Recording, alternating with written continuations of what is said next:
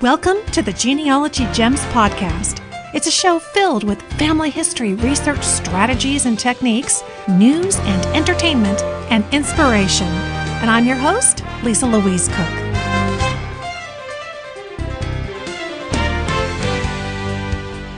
Hello and welcome to Genealogy Gems podcast episode number 169.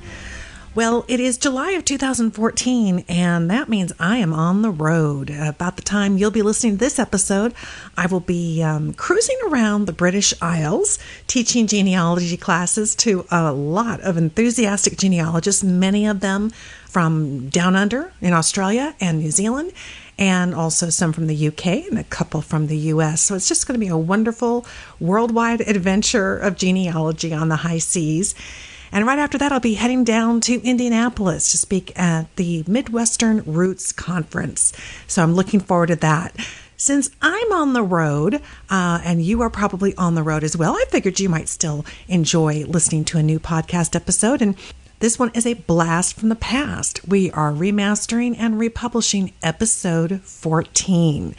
So sit back and relax as we return to what I believe was about 2007. And you'll hear in the introduction of this podcast episode that we'll be talking with Sam Gill and what the story is about, how Sam and I met, and some wonderful experiences that he has to share. So here we go, a blast from the past.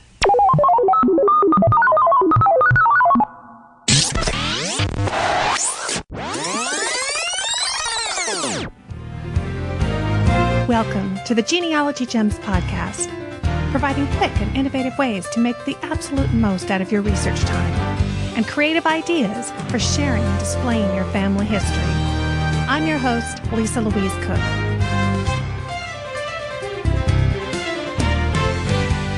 Thanks for joining me for another edition of the podcast. Glad to have you here. Hope you've had a great week of research and broken through a couple of brick walls out there.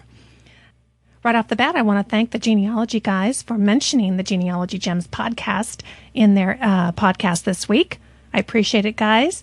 I think there's just so many new and exciting things coming up every day. And of course, as family historians, we want to get our hands on everything we can. So I'm glad to be part of the podcasting world. I noticed that Family Tree magazine is actually joining the blogosphere, and they have launched a new blog. So lots of technology things going on out there. I know from attending different genealogical society meetings that, not everybody's as technically savvy as they might be.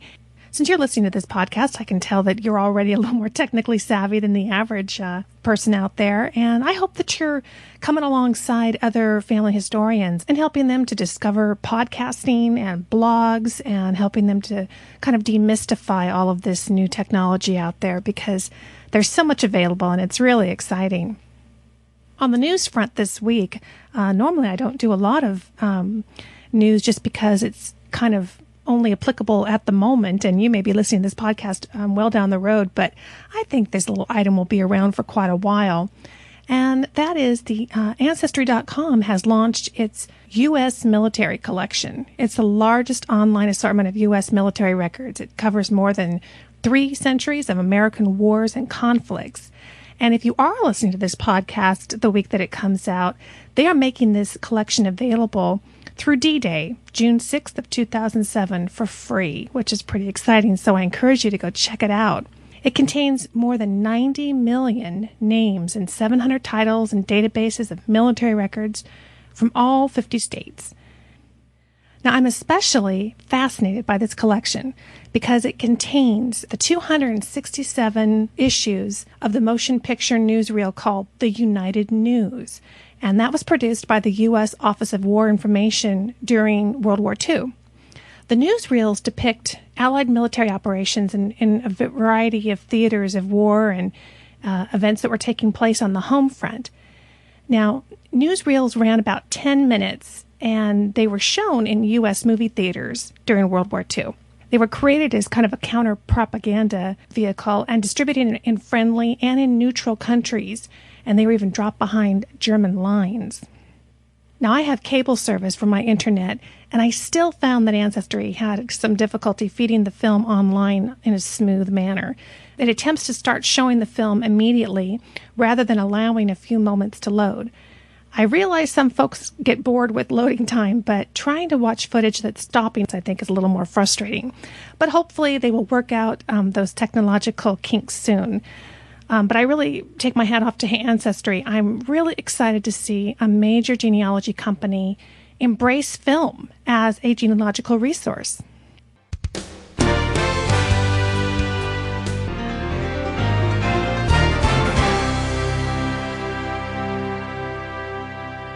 Our sponsor for this episode is MyHeritage.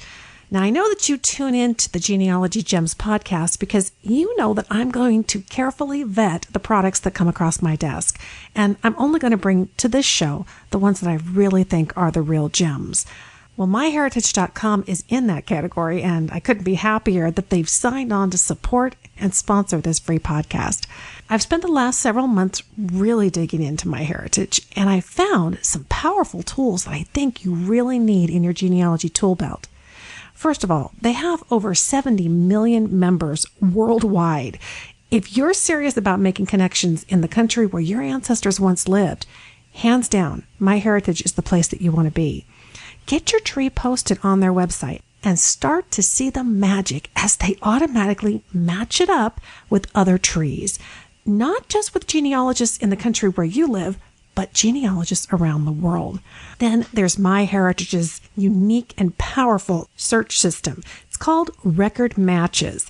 It constantly calls 5 billion historical records for your family. It's the only family history interface out there using semantic analysis to search newspaper articles, books, and other free text documents. It's also the first to translate names between languages. And I personally like that the matches from the historical newspaper collection at MyHeritage, they show up towards the top of the results list. So visit myheritage.com. It's free to get started, so there's really no reason to wait, and there are billions of reasons to try it out. Visit myheritage.com. You know, I've spent the last few weeks preparing this very special episode of the podcast, which is devoted to early film as a family history resource. And this morning, to find that the community at large is embracing the concept, well, it's getting very exciting out there in the genealogy world. So let's not delay any longer. Get your popcorn and your Raisinets. It's time to do some serious research.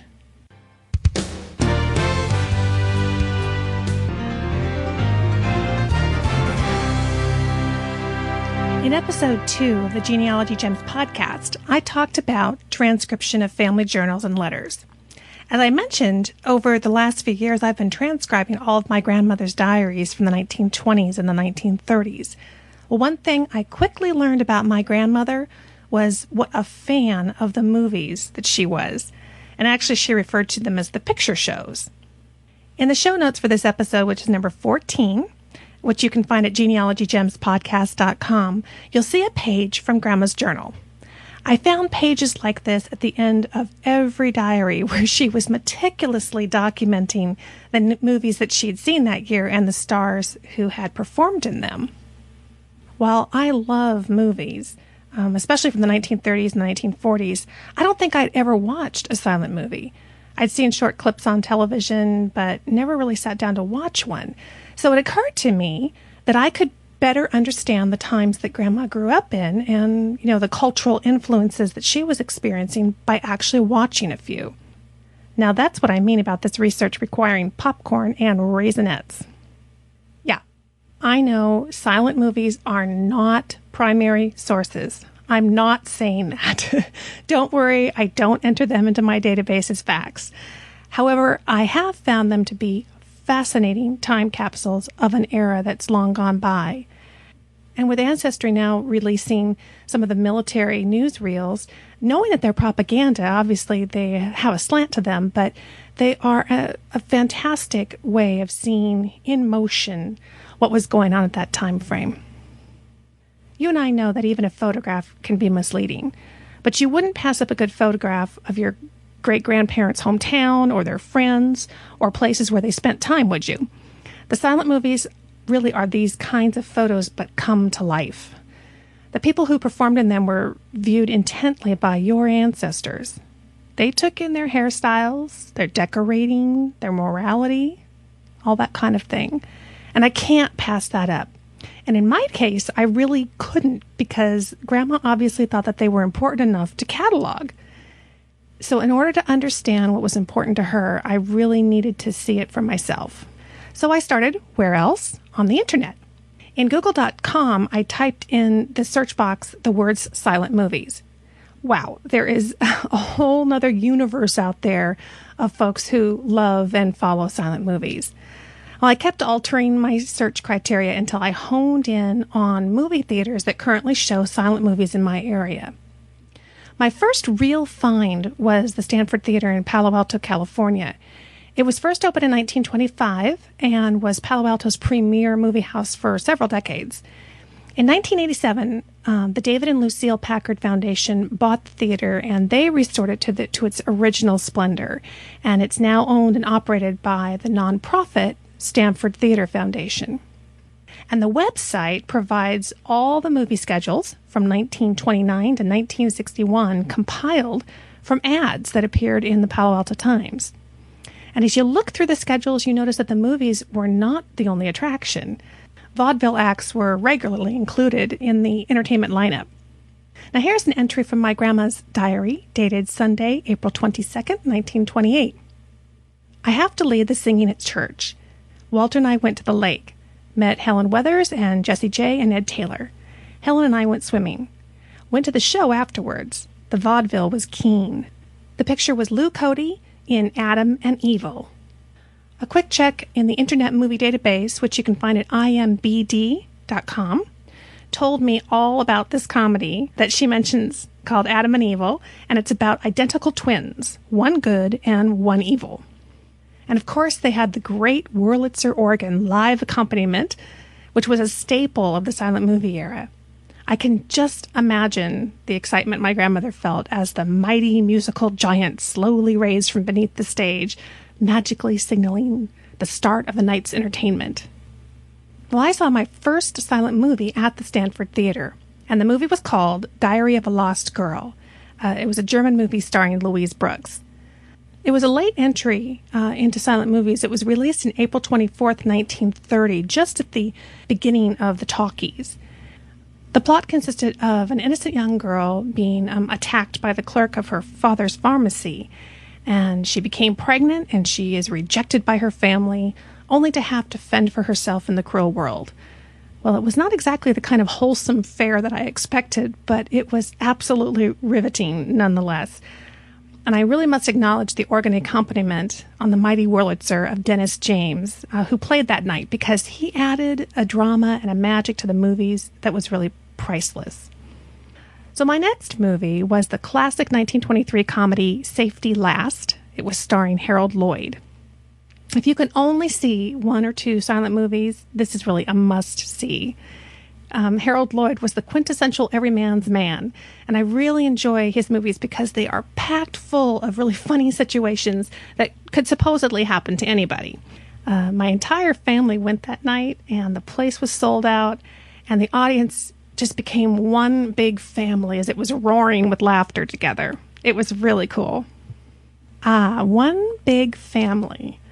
I was starting to get a feel after seeing that movie for what drew my grandma as a young girl to the pictures.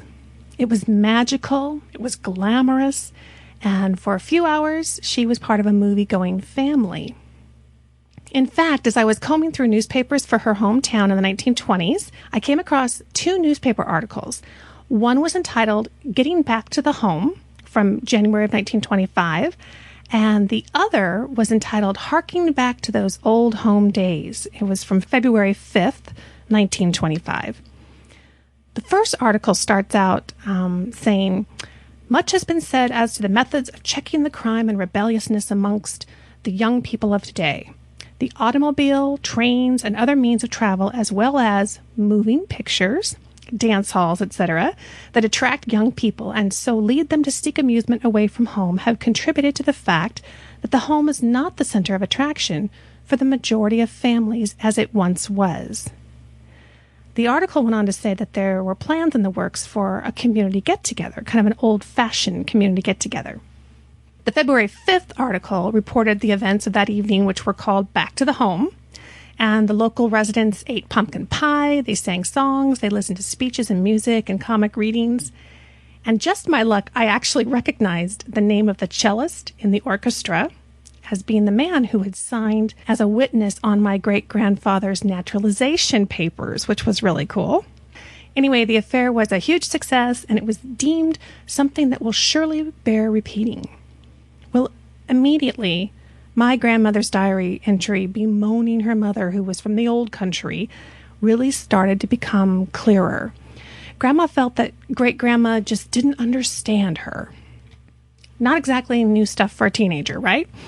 But having experienced the thrill, myself, of the old movie theater experience, and now reading in the newspapers the effects on society at that time, I really began to better understand that what she was talking about more than just being 15 years old. As a mother, I began to sympathize with my great-grandmother's plight of trying to raise 3 teenagers in the new world.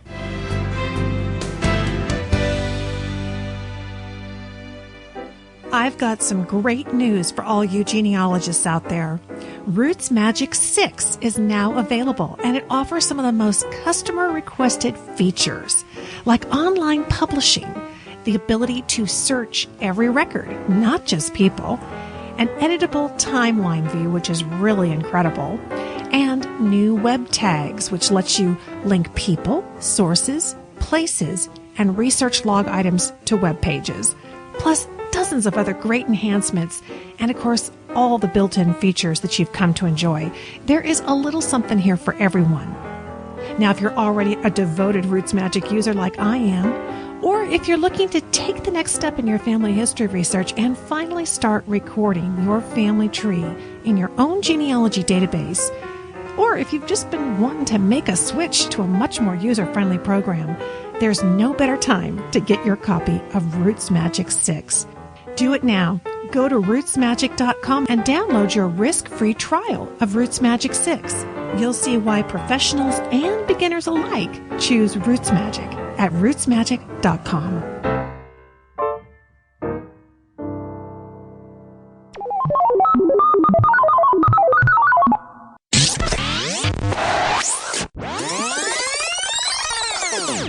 Now, I'm really lucky because I live about a half an hour away from a little town here in California that has a silent film museum.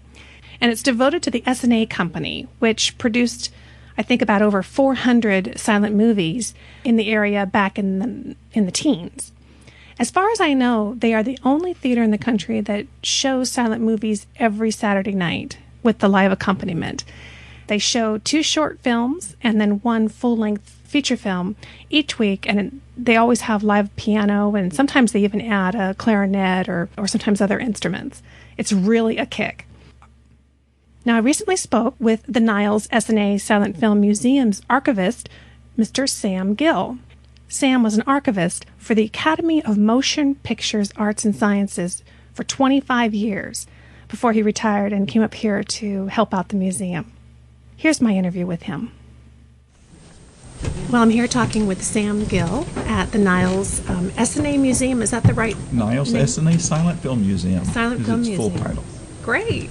And maybe you could just tell us a brief little bit about your background, just kind of how and in what capacity you're involved in silent movies. Okay. Well, from birth, I think somehow I was officially interested in silent films from my earliest memory. That was growing up in Kansas, in a little town called Sterling, Kansas. And I was very interested in film, and as a little kid was kind of wanted to see all I could, whether they were photographs or the actual movies themselves or on TV or whatever.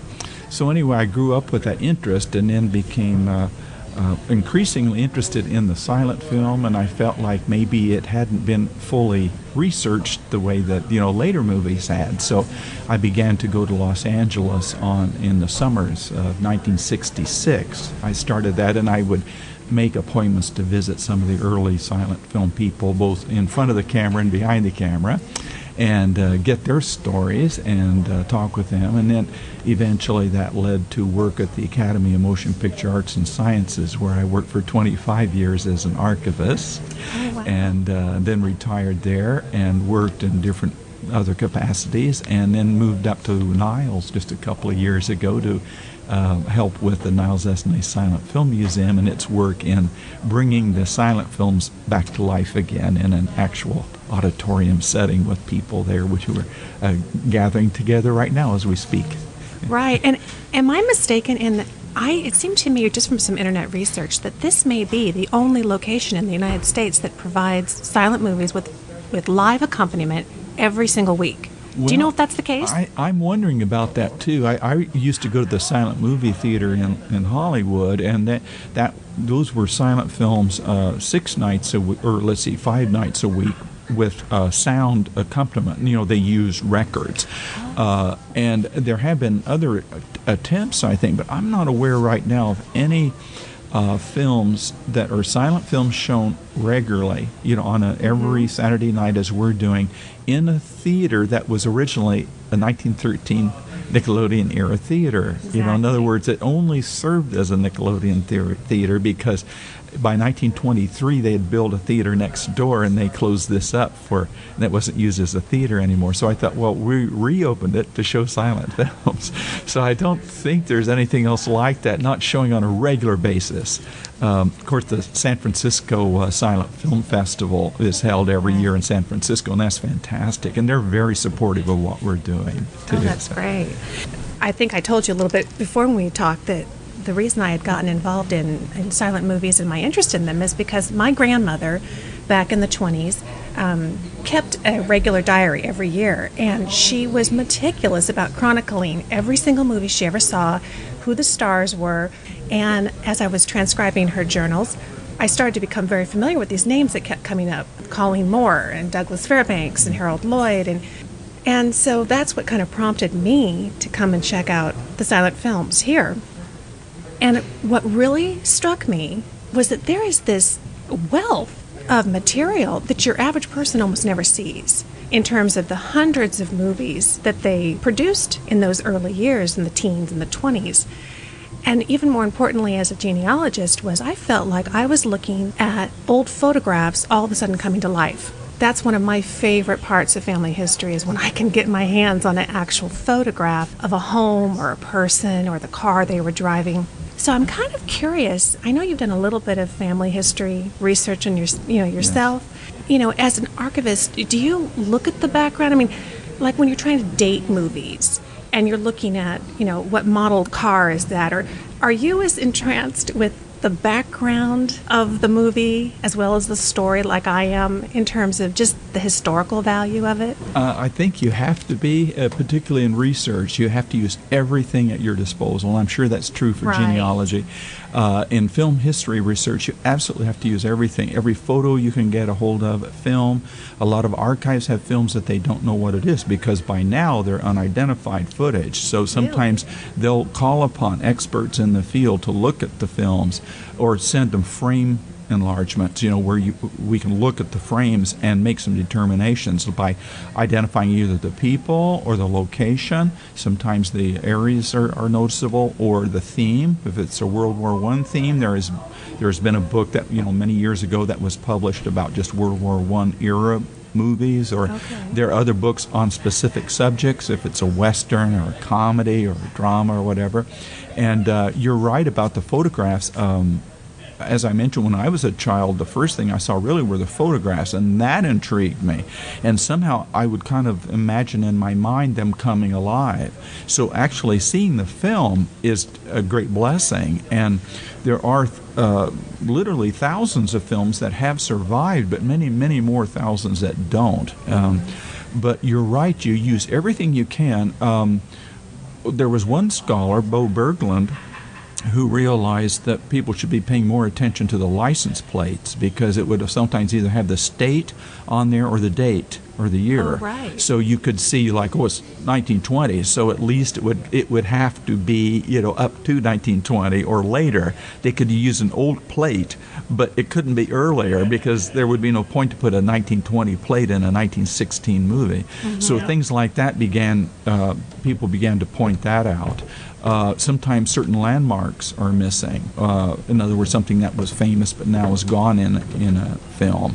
So, you would realize, well, that had to have been made prior to a certain point. Right. I just had some stills that I was looking at. I recognized the St. Johns River in the background, and I thought, well, it makes sense because these films were made in South Jacksonville, Florida in 1916. And I thought, well, undoubtedly these are stills from the film, one of the films that was made in South Jacksonville, Florida.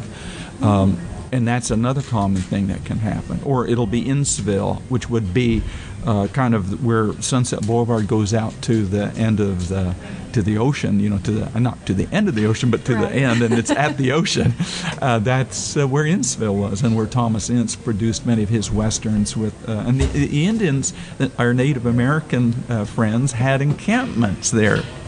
And they used them in the movies for at least a while, Wow. So you're right. And people who know cars really help a lot, automobiles or other vehicles or other tools or equipment.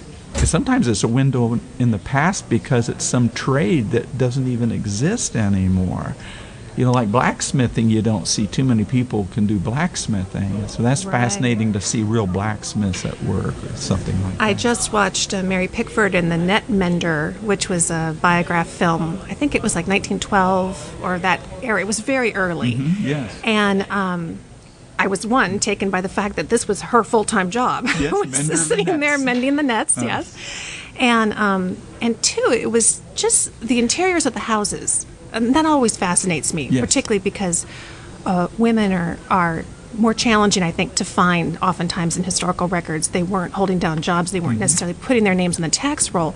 So I'm always really interested, well, what was their working environment? And that was the home oftentimes, or they were doing some kind of a labor-type work from their home to earn income. How accurate? Now, I know we can't talk. Some movies were very fantasy, and some were trying to seem very realistic to me. But what do you think we could take away from the kinds of interiors they did? And was there a jump? It looked to me like biograph is real simple, and then you get in the 20s, and it gets much more complete looking. Okay, you hit upon one of the reasons I love teens films so much. The teens movies. There was never films like it before or after, is the truth of the matter. And I think as the movies went on in the 20s especially, it became more glamorous, what I'd call glamorous, or a little further removed from the truth. There weren't so many movies, for example, made about ghetto life. I mean, it's like, who in the world wants to see a film about ghetto life? Well, a lot of the immigrants, particularly in the teens period, were learning English, for one thing, because they didn't have to know the language, and they could, from the titles, the intertitles that were in the silent films, they could begin to learn the letters and the language, for one thing, or someone sitting next to them could translate for them, and they could gradually learn the language. The American ideal, or whatever you want to call it, was something that could be striven for more and more in the teens period, and you saw that more in the 20s and 30s, I would say. But in the teens, you still had more accuracy, I think, to detail of the time period, particularly contemporaneous films. They didn't try and glamorize it so much. They just tried to capture it. And that's kind of a rare quality about those early films. And Lois Weber was a filmmaker, in fact, a woman filmmaker, who very much believed that there were stories of the simple man or woman. In other words, that there were, her film The Blot, for example, is an amazing movie about how difficult it was for a young, not young, an older man, professor, to even make ends meet, to keep things together in his family. And the wife gets so stressed out about this that she even sees a turkey, being made next door, and has to battle with herself. Do I go steal the turkey or not? When you see the furnishings of their home, I'm sure it was extremely accurate down to the smallest detail because Lois Weber believed in that. So some believed in it more than others. She was in some ways even criticized for that, not having more imagination. You know what I mean? But for us today, going to see these films, I think they're wonderful windows, as you were saying too, into that earlier time period. And well, you're really the person then to ask if I wanted to kind of go and search around and pick out some silent movies to look at. Who do you know of, producer, director, who seem to have an interest in the everyday man, in more of the accuracy thing? I know some were very fantasy, and then some, like you say, like Lois, were more focused on that and saw that there was a real value in it. Do you have any other recommendations that a person might want to go and check out those films? Well, that's one reason we like what were often called programmer pictures. They were the little films that were made on a shoestring budget. Well, they had to make do with the best they could. You know? Right. Now, it is true sometimes with the upper society dramas. Those were very popular in the up to World War I period. Then they evolved more into costume dramas, but the social drama or society dramas were sometimes wonderful too for seeing the upper class. And I think I mentioned to you my friend who was getting antiques for Christie's in London, said that when he would see some of these films, the sets that the upper echelon people were living with, the kinds of furnishings they had, where he says they're unheard of today. I mean, the hardest hardwoods, and whole tables made of things, or whole huge windows or mirror frames or something like that. So Lois Weber would be one. I kind of like some of the biograph films like D.W. Griffith in the, not when he's westerns or something, but just his little drama films sometimes are very interesting because he would try and recreate their environments. A lot of the other filmmakers did that. Some others were not nearly so interested, like Maurice Turner was much more interested in fantasy films, in his own imagination. So you're right. I'm sorry I can't really, in a way, think of other people, but Universal, people who worked there almost always were using real settings. But unfortunately, Universal's films are somewhat hard to find due to big fires. They had big vault fires and exchange fires and things. So.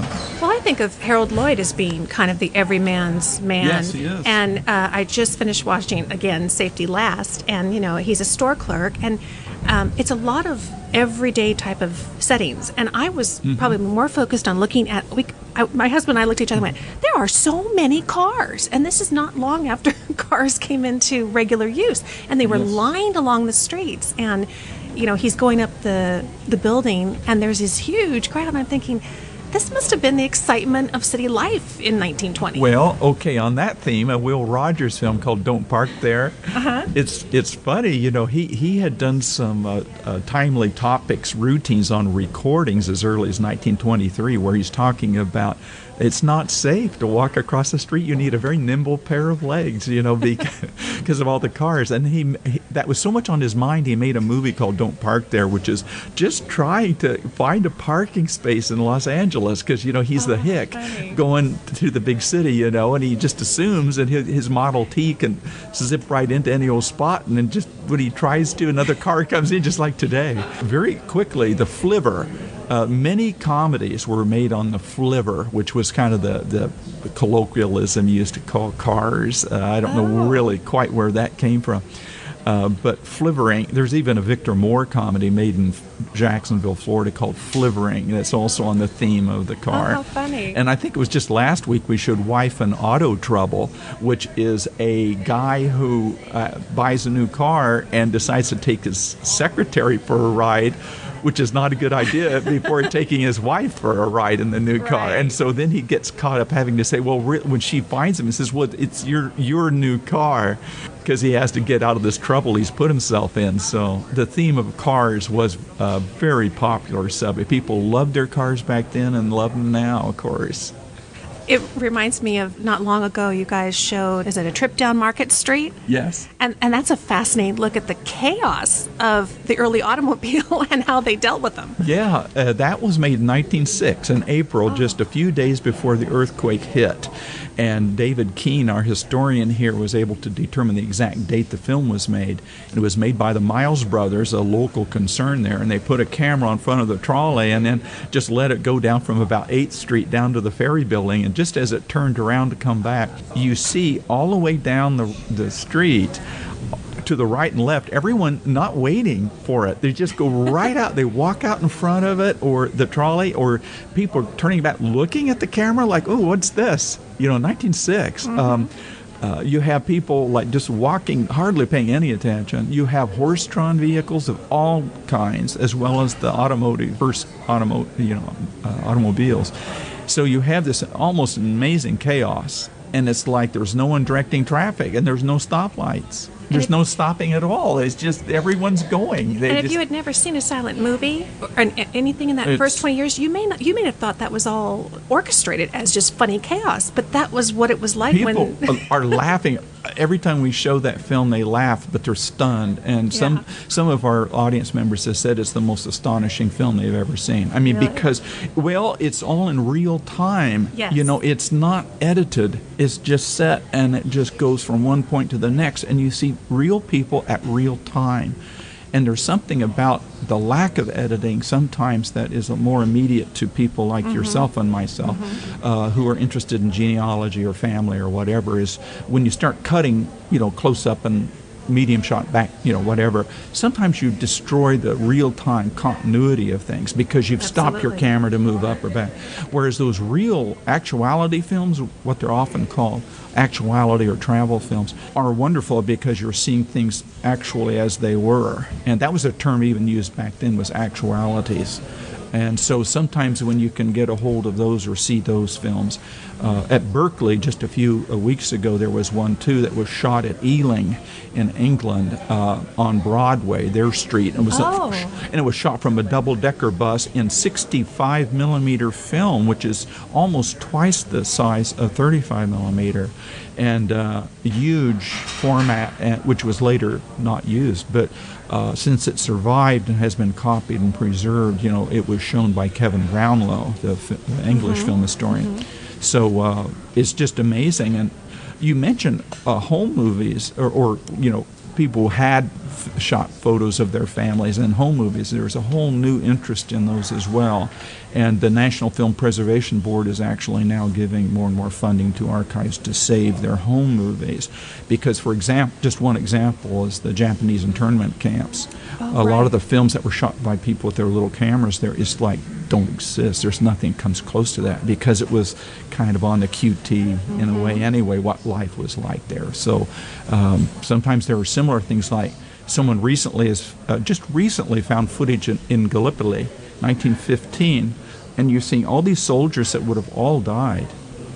I mean, it's very moving to think that here you have a moment in time where you're looking at people, none of whom still live. Like in 1906, all those people running around, and even the little boys and girls are gone. And so this is a chance to look back in time and see this whole other era and everything that was going on. And as of that date in April 1906, this is exactly the way people dressed and walked and and interrelated, at least in that area of San Francisco. And of course, the first thing you notice is they're all wearing hats. Not a head is uncovered. And I just think that's fascinating. Yeah. Now, I just watched Wings for the first time. Oh, wonderful. And to me, not being any kind of expert on World War I felt like I was probably getting one of the closest glimpses of World War I could get.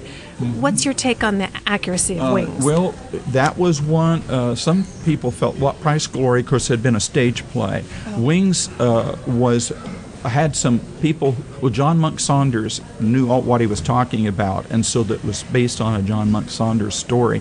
So he knew a lot about relationships, what young guys went through, their girlfriends, and I guess that was a very important film. And then All Quiet on the Western Front in 1930, which Louis Milestone directed, is probably the other major film that showed the war from the German perspective, and that was a shocking thing to do, and that was based on the Remarque novel.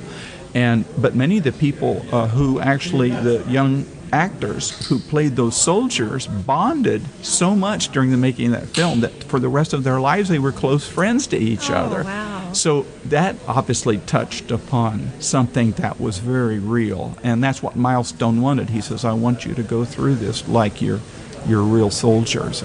So I think that you're right. Wings has it, although there's a certain romantic side to it, I think there's also a side to it that was never equaled, never surpassed, certainly. Really? Wings. It's shown every year down at the Old Town Music Hall. They have a nice screening of the film, because there's no really roadshow version of that film. It was originally showed, with sound effects. Uh-huh. I don't know if you knew that. No.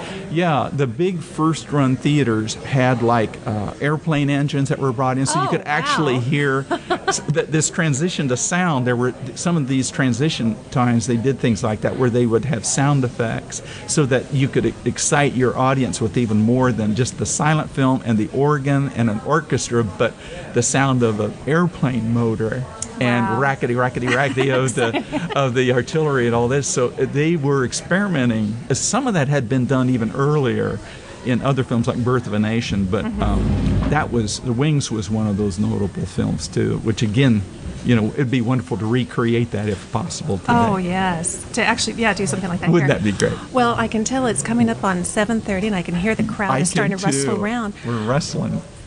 I want to thank you so much for thank talking you. to my podcast listeners. I know they'll be fascinated by what you have to say. And any last words on how to inspire these folks to take that leap and watch their first silent movie? Oh, yeah. Come to our theater. Every Saturday. See, sales pitch for the Niles Edison Theater. We're located at, in Niles here, 37417 Niles Boulevard. And we'd love to see you here. And the nice thing about this is with the music, too, you get more of the actual experience of what it was like to walk back to the theater at that time with the musician and seeing the film projected by our own David Keene. And there it goes. Thank you, Sam. Okay, thank you.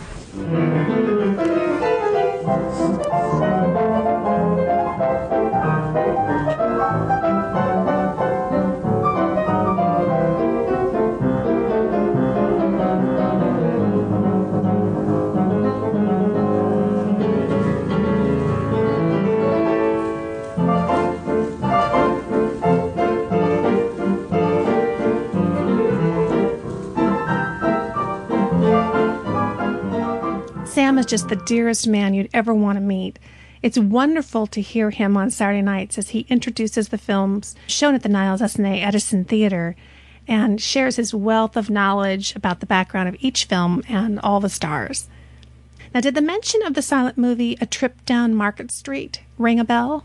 In episode 8 of the Genealogy Gems podcast, I covered the San Francisco earthquake and other historical events, and included a YouTube.com playlist of old and new videos about the earthquake. Well, one of the videos on YouTube is an abbreviated version of the original film that we saw at Niles. And Sam told me that the reason the movie survived is that the filmmaker shipped the film to their New York offices for processing just one day before the earthquake hit. So what if you don't live within driving distance of a great old theater or a museum showing silent movies? Well, here are some of my best tips for you. Number one is Netflix. My daughter subscribed to Netflix about 6 months ago, and frankly, at first I couldn't figure out why. There are certainly video stores around, and mailing movies back and forth just seemed kind of cumbersome. But I really found out that the incredible catalog of really hard to find films and the ease and the speed of mailing it back and forth and not having to get in the car and spend gas money to go to the video store, and really it's a very low cost per rental, it makes it really hard to beat, and especially for silent movies, because I'm sure that their catalog surpasses anything that you could find in an actual video store. In the show notes for today's podcast, you'll see a Netflix icon and link that you can click to. If you want to check it out, I'd love it if you go through that link, just because it helps kind of support this podcast and the cost associated with producing it. So I really appreciate your support, but it's a great and quick way just to get there and go check out their catalog. When you get onto the website, type the word silent in the search box and click the Genre Matches tab. And this should take you to classics of silent films. There are tons of films, so just keep clicking more silent films. You can also search by your favorite star, like I love Mary Pickford, Clara Bow is a good one, Harold Lloyd, Douglas Fairbanks, who was the first great action hero of film. So anyway, you could choose a star, put their name in, and go search from there as well. But Netflix is a great way to go. In fact, for Mother's Day, my daughters pulled together and got me a year subscription. So I'm very excited because there's so many more films that I want to see. Now, another option if you don't want to subscribe is you can check out Turner Classic Movies if you have cable television. And I know for my cable television, it's on the expanded services. Now, they have a great comprehensive website, and I'll have a link for you for that on the show notes. When you go to the website, type the word silent in the search box and then click go. And you'll want to scroll down to where it says keyword matches to see what they have. TCM has a great catalog of films. They're very involved with film preservation. And oftentimes they actually run something called Silent Sundays on Sunday nights. I've seen several good films and some other rather obscure ones on Sunday evenings. But it's one of the only places I know of on television where you can still see silent movies. Now, of course, the downside of TCM is that you're at the mercy of their schedule. And, of course, if you want to purchase a movie, there's Amazon.com. If you have a specific title or actor in mind, a quick search is going to tell you if Amazon has it. And if it's been released, they probably do have it. However, browsing is a little bit more challenging when you're not sure what you're really looking for, but you know you want a silent movie. The trick to narrowing your search just to silent movies is to select DVD in the search area and click Go. Then click Browse Genres. And from the next page that you get, click on Classics. Then in the browse box on the right, you can click Silent Films. And I got over 400 results, and that should keep you busy for a while. If you're not looking for Charlie Chaplin, you can add a minus sign and Chaplin to your search, and you'll get it down to about 282 films. Now, if you're looking for a really hard-to-find title, eBay will likely be your best bet as a place to look. If you look again at the page from My Grandma's Diary, you're going to notice the entry that she wrote down for a movie called Four Sons. In her diary, dated November 2nd, 1930, she writes, Alfred, Len, Mama, and I went to the show in Merced. 4 Sons. It was sure good. I looked the movie up in the imdb.com database, and the description stated that the movie revolved around a mother and her 4 grown sons living happily in a German village prior to World War I. Now, the oldest son, Joseph, yearns to go to America, and his mother gives him her life savings to realize his dream. After the war begins, 2 of the sons go off to battle, and they're killed. Meanwhile, Joseph becomes an American citizen, and he joins the army to fight against Germany. The youngest son then leaves to join his battalion, and he's killed in battle. After the war, Joseph goes home to New York, and he sends for his mother. And she makes the journey through Ellis Island, and they finally reunite. Ah, the reference to Ellis Island. My grandma's parents had immigrated from Germany in 1910, just prior to the start of the war. And great-grandfather came over first to find work. When great-grandma discovered that she was pregnant, she followed 3 months later, which I think was sooner than they planned. And she secretly made the trip with her 3-year-old daughter. Knowing their story, I just had to get a copy of this movie, 4 Sons. Now, I couldn't find 4 Sons at any of the usual places, so I did go to eBay. And there I found someone who had a copy of it, and I bought it. The film was extremely moving, and I cheered for the naive yet faithful mother as she made her way alone through the confusing world of Ellis Island and then the streets of New York. And this movie must have been very, very moving for my great-grandma to watch. And I would hazard to guess that it generated conversation about her own trip. Many years later, my grandma fulfilled a lifelong dream, and she made the trip to Ellis Island to see it for herself. And before her death, she told an eager granddaughter, who is me, all about her mama and the journey through Ellis Island and about her love for the motion pictures. Now, Please pass the milk duds.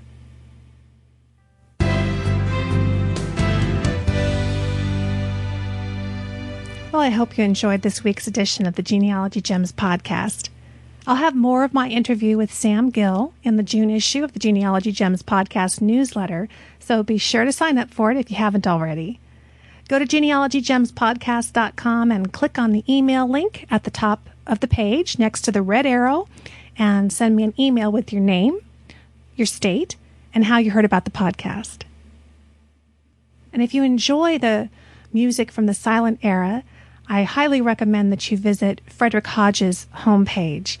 I'll have a link for you in the show notes. He provides a lot of the ragtime music that I play on the podcast, and he's actually one of the musicians that plays at the Niles S&A Silent Film Museum.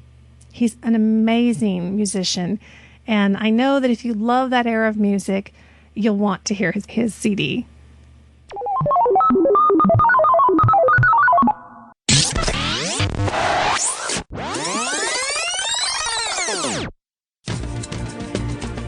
Profile America, Monday, July 14th.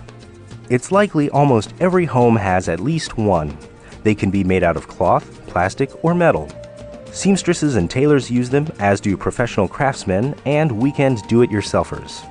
It's the tape measure, patented on this date in 1868 by Alvin J. Fellows of New Haven, Connecticut.